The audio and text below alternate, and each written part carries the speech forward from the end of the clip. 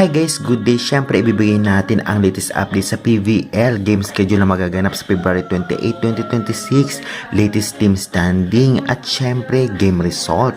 At huwag na po nating patagalin pa. Kaya before that, please pasubscribe dito sa channel ko, Bekla Volleyball TV. And maraming salamat, palike and share na rin para bumalik ang ating maraming views at subscribers. Thank you very much. Unahin po muna natin ibigay ang game result kahapon. Sa laban nga ng Capital One Solar Spikers versus Farm Fresh, nanalo ang Capital One sa loob ng 5th set sa mga scores na 26-24, 20-25, 28-26, 20-25 at 15-11. Player of the game nga dito ay ito ngang si Ced Niegos na may 20 points, 17 attacks, 2 blocks at 1 ace.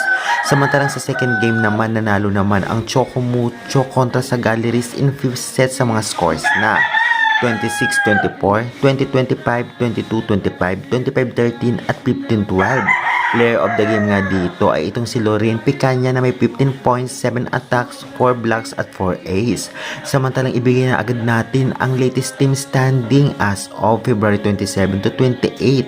Naunguna po ang Signal HD Spikers 4-1, PLDT High Speed Hitters 3-1, Kremlin Cold Smashers 3-1, NX Lead Chameleon 3-2, Farm Fresh Foxes 2-3, Capital One Solar Spikers 3-3, Choco Mucho Flying Titans 2-3, Galleries Tower High Racers 2-3, Akari Chargers 1-3 at Sauce Coffee Thunderbells 1-4. At syempre guys, agad-agad natin ibibigay ang game schedule na magaganap sa February 28, 2026 na magaganap sa PhilOil Center. Ito po ang venue. Una magtatapatan ay ang Signal Super Spikers versus Akari Chargers 4 p.m. At syempre susundan ito 6:30 p.m. ng Sauce Coffee Thunderbells versus PLDT High Speed Hitters. At kung magtatanong kayo saan ito mapapanood, may free po nito sa pbl.ph live kung may internet kayo sa inyong cellphone, at may bayad naman sa Signal application at Pilipinas Live application. Ngunit sulit naman yung bayad nyo dahil live na live ito.